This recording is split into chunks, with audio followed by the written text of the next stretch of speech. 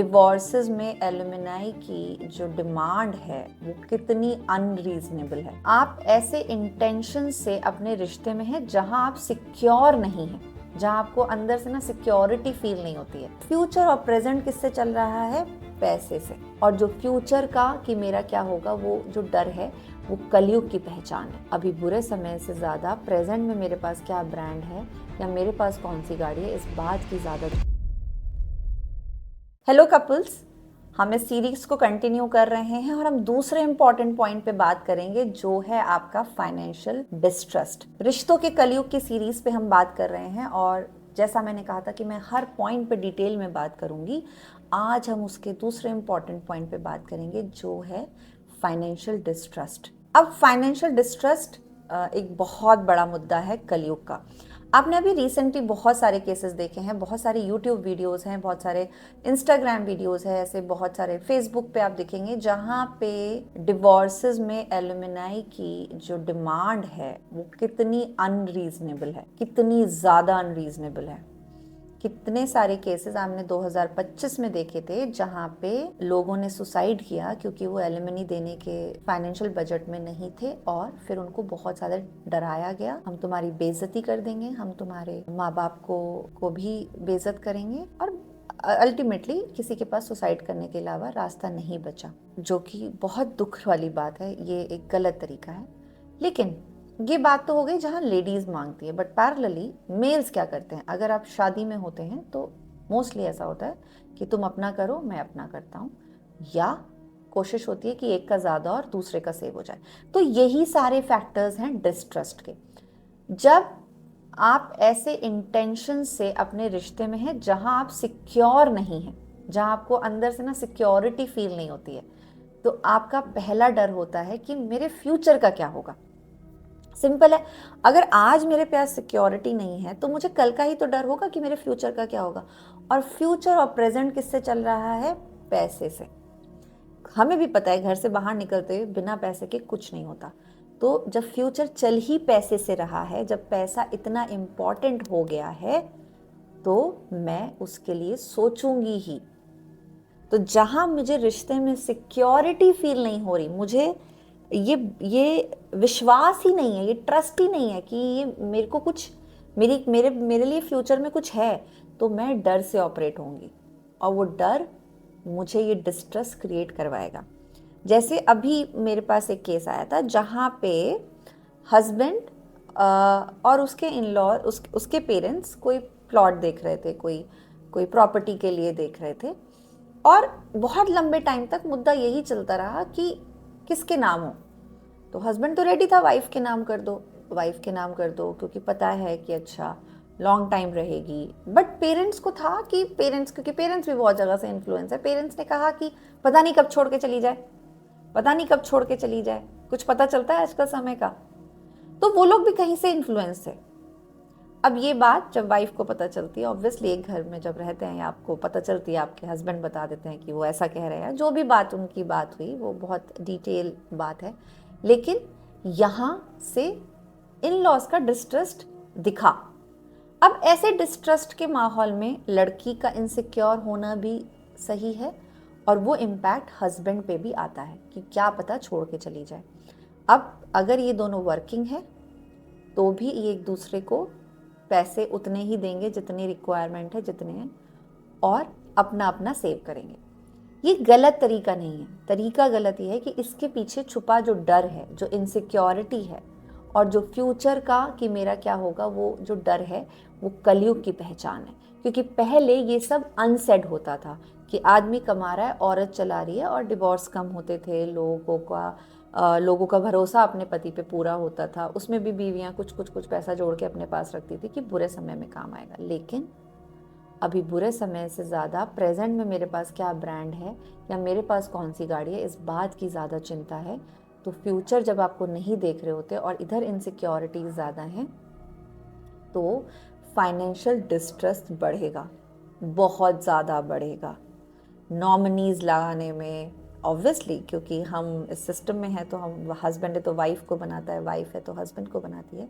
लेकिन कई बार आपको ये करने में भी पेन हिलेगा क्योंकि आपको अपने पार्टनर पे भरोसा नहीं है। आप इनसिक्योर हो कि जब ये मुझे समझते ही नहीं है, ये मुझे समझता ही नहीं है, तो ये मुझे मेरे फ्यूचर का क्या करेगा। और ऐसे बहुत सारे लोग हैं जो हमें मैसेज करते हैं कि मैं इसके ऊपर फाइनेंशियली डिपेंडेंट हूँ, इसके लिए मैं इसे छोड़ के नहीं जा सकती। वहाँ से भी वो डर से ऑपरेट कर रहे हैं। तो कलयुग में क्या होगा, डर ज़्यादा होगा, ट्रस्ट कम होगा, इनसिक्योरिटी ज़्यादा होगी, ट्रस्ट कम होगा, और वो आपके फाइनेंशियल एनर्जी में दिखेगा। क्योंकि कहते थे ना, कई कई हिंदी मूवी में कहा गया, ऐसे दिल मूवीज में कहा, दिल एक मूवी है जिसमें ये बात कही गई थी कि प्यार से पेट नहीं भरता, पैसे चाहिए। ये एक सच है। हम बहुत दिन एक दूसरे को प्यार दिखा सकते हैं, लेकिन जब हमें क्राइसिस दिखने लगता है तो मेंटली जो हमारा ब्रेन है वो आपको स्कैरिसिटी देता है, क्योंकि उसको भी कंफर्ट चाहिए। लेकिन हर वक्त अगर वो ये कहाँ से होगा, ये कहाँ से होगा सोच रहा है, तो वो आपको स्ट्रेस देगा, वो आपको डिप्रेस करेगा। और यही इनसिक्योरिटी बहुत ज़्यादा क्रिएट करता है। वो स्ट्रेस आपके अंदर इनसिक्योरिटी क्रिएट करता है, और फिर पैसे के ऊपर डिस्ट्रस्ट आता है। बहुत सारी लड़कियों को लगता है ये अपने माँ बाप पे खर्च करता है, बहुत सारी लड़कियों को लगता है कि अपनी बहन पे ज़्यादा करता है, तो ये डिस्ट्रस्ट इश्यूज बढ़ेंगे। लेकिन हमें इन्हें प्रोटेक्ट कैसे करना है। तो अभी रिसेंटली मैं किसी एक सेशन में, वो हस्बैंड वाइफ दोनों आते हैं, तो वाइफ ने मुझे अपने कॉल पे बताया कि मैम मुझे ये है, और मैंने उन्हें डायग्नोस करके बताया कि तुम इनसिक्योर हो, इसके लिए तुम्हें ये फीलिंग आती है।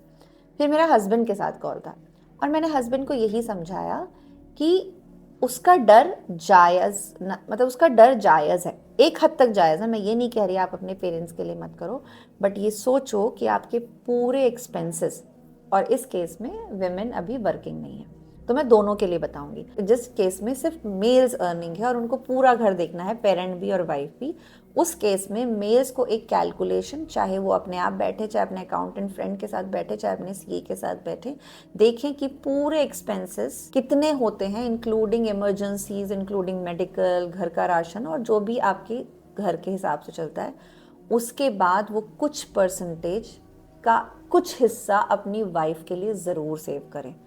वो इतना नॉमिनल ज़रूर होना चाहिए कि कल को आपके रिश्ता किस भी मोड़ पे जाएगा तो वो अपना टेक केयर कर सके, अगर आपकी वाइफ एम्प्लॉयड नहीं है। ये ज़रूर आपको देना है। पूरे एक्सपेंसेस को कैलकुलेट और ट्रांसपेरेंट रखो, घर वालों के और बीवी के सामने भी, जिससे उन्हें शिकायत नहीं होगी कि उस पर ज़्यादा करता है, इस पर ज़्यादा करता है। ट्रांसपेरेंट, क्योंकि इसमें कुछ गलत बात नहीं है, आप कोई अपने लिए ऐसा नहीं कर रहे हो। और वो कपल काफ़ी जस्टिफाइड था, वो हस्बैंड कभी ऐसा कुछ नहीं कर रहा था। बट ट्रांसपेरेंसी रखो, फाइनेंसेस में ट्रांसपेरेंसी होनी चाहिए। अब जहाँ पे हस्बैंड वाइफ एक साथ काम करते हैं, उनके फाइनेंशियल डिविजन्स कैसे होने चाहिए? उनके फाइनेंशियल डिविजन्स ऐसे होने चाहिए कि अपनी सैलरी का 50-50% अपने घर के एक्सपेंसेस, अपनी लेविश लाइफ जीने के लिए, अपने बच्चे के एक्सपेंसेस को देखते हुए 50-50 कंट्रीब्यूट करना है। और जो रिमेनिंग है, अब वो देखो, आप कैलकुलेट कर सकते हो। अगर आपका 25% कंट्रीब्यूट करके हो रहा है, ठीक है। अगर 50 कंट्रीब्यूशन है तो ठीक है, या 75 है तो फिर दोनों आगे जाके एक जॉइंट अकाउंट खुलवाओ जिसका एक्सेस दोनों को हो 75 में। अगर 50-25 है तो आप इंडिविजुअल अपने अकाउंट्स को कैरी कर सकते हैं, लेकिन अगर 75% है तो आप दोनों मिलके एक जॉइंट अकाउंट खुलवाओ जिसका एक्सेस और ट्रांसपेरेंसी दोनों को होनी चाहिए। अगर 75% लगा रहे तो 25% आप अपने सेविंग्स के लिए रखिए, जो आपकी पर्सनल हो, जो कभी इमरजेंसी में आपकी बहन को, आपके पापा को, आपकी मम्मी को ज़रूरत पड़े तो ट्रांसपेरेंटली आप बता के अपने पार्टनर को बिना डिस्टर्ब करे वो अमाउंट उन्हें दे सकते हैं। ये करना बहुत मुश्किल नहीं है, लेकिन हम इसे कॉम्प्लिकेटेड बना देते हैं। तो दोनों हिसाब में बताया, जहाँ हस्बैंड वर्किंग है सिर्फ, जहाँ हस्बैंड वाइफ दोनों वर्किंग हैं, तो आप दोनों डिसाइड कीजिए 25, 50 या 75। 75 ज़्यादा होता है तो आप दोनों जॉइंट अकाउंट विद ट्रांसपेरेंसी, और ये सारी बातें ट्रांसपेरेंट होनी चाहिए। ये 25% जो आप सेव कर रहे हैं, ये आप अपनी स्किल बिल्डिंग में कीजिए, अपने अपने जो शौक होते हैं उनमें कीजिए, या अपनी सेविंग्स में कीजिए। जैसे भी आप, जिस भी तरह के इंसान हैं उस हिसाब से वो सेविंग आप कर सकते हैं, और ये बहुत अच्छा तरीका है। लेकिन जो आप इन्वेस्ट कर रहे हैं उसकी ट्रांसपेरेंसी आपको अपने पार्टनर, और अगर आप अपने पेरेंट्स के साथ रहते हैं तो उनके साथ होनी चाहिए। बाकी जो आपका है उससे आपको सवाल करने कोई करेगा नहीं, और करना भी नहीं चाहिए। जो 25-25% आपने दोनों ने अपने पास रखा है, ये आपका अपना अमाउंट है, जिसमें जहाँ पे हम कहते हैं ना कि हम अपने पैसे को भी बताना होता है, ज़रूरी नहीं है। वो पैसे में आपको जो करना है, आप अपना कोई विशेज़ हैं, कोई अपनी ड्रीम लिस्ट है, उसको आप फुलफिल कीजिए। ईजी है ना? तो कलयुग में हमारा काम क्या है? अपने आप को प्रोटेक्ट करना। ये था हमारे कलयुग का दूसरा बहुत इंपॉर्टेंट पॉइंट। तीसरे के लिए नेक्स्ट वीडियो का वेट कीजिए।